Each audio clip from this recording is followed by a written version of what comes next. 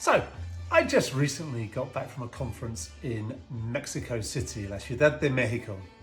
It was an academic conference and it was on the social sciences, and it was located on this huge university campus for UNAM, the Autonomous University of Mexico. And it was really interesting, really engaged audience. I will admit my Spanish at times may not have been completely up to the task, but I really got a lot out of it and it was a fabulous conference. But I was in Mexico City, so I also explored a little bit. I went to the pyramids of Teotihuacan, which is amazing. If you can go there, you must.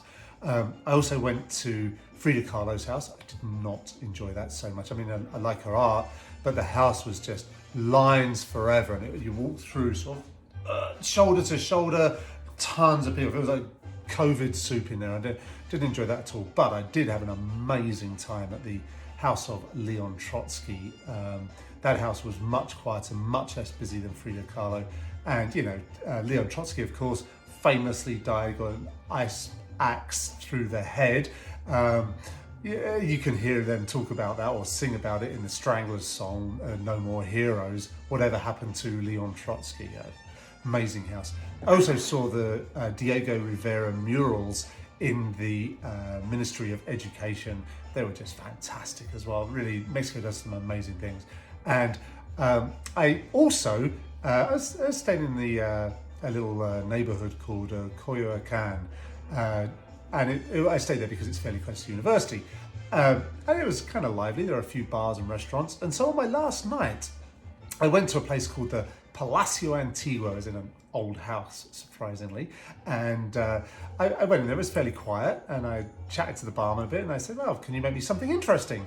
You know, something from here. And so he made for me this cocktail that I've not seen anywhere else, and it's a fairly simple one, but it's quite interesting, and so let's do that here. It is called an a la Verde, you know, in other words, to the green. And you'll see why it's called green in just a moment. But the principal ingredient in this is after all a Mexican cocktail, is mezcal. Mezcal joven, not the stuff with a worm in the bottom, the aged stuff. You don't want that for cocktails. You have the joven stuff, the young mezcal for that. And it brings its trademark smoky aromas to this drink.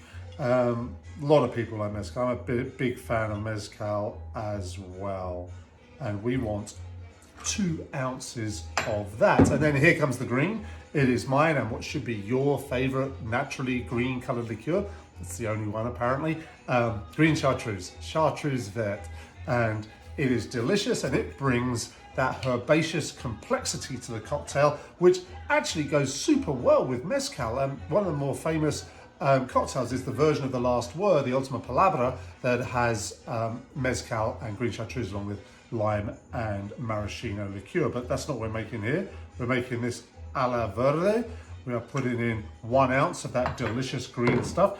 And now, the thing that made this kind of an interesting deal, and this is one where, you know, you got to be a little bit careful. I'm going to try not to burn the house down. I'm going to put some sugar, and they put about a bar spoon of sugar. I found that a little bit too sweet, so I'm going to use a little bit less than that, more like a half a bar spoon. And maybe you want even less than that because the chartreuse is fairly sweet already. This, however, adds an interesting note to this drink. It goes really well with the smokiness and also of the chartreuse. Anyway, we dribble a few spots of green chartreuse onto that spoon that's got the sugar in it. And then here's a toy that Kate gave me for my birthday. It's for making smoky cocktails, but here I'm going to just warm up and start melting the, you can see there's a little flame there from the chartreuse. How cool is that? And we are just gonna sort of melt that. I wanna be a bit careful. I don't wanna actually burn the sugar, but I want it to be a little bit smoky. And then we're gonna have, I'm clicking away at it because I don't wanna just, oh, there we go, that. And you can see this, I don't know if you can see, there's a slight, oh, there you go. And it's kind of burning there, and then we're just gonna go straight into the drink to get that smoky, chartreusey sugar into our cocktail. And then we're going to do our usual, stir this for about 20 seconds. Yeah, pretty much all of that sugar came off there. So maybe you don't want to use your fancy spoons and just use one that you're not too worried about.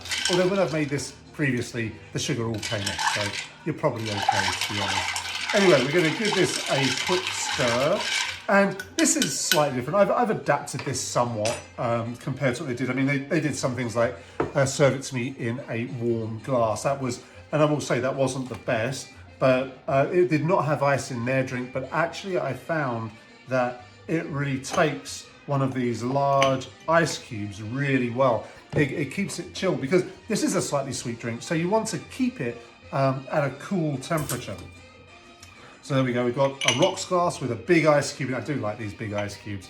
And then you just pour that over the top of the ice cube, and just look at that gorgeous pale green color. That's just like, it's to the green, right?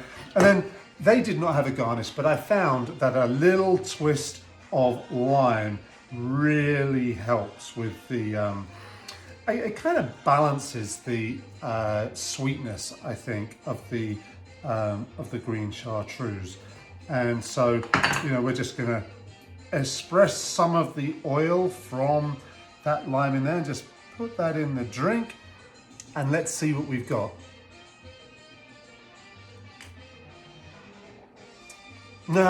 Excelente. Cheers.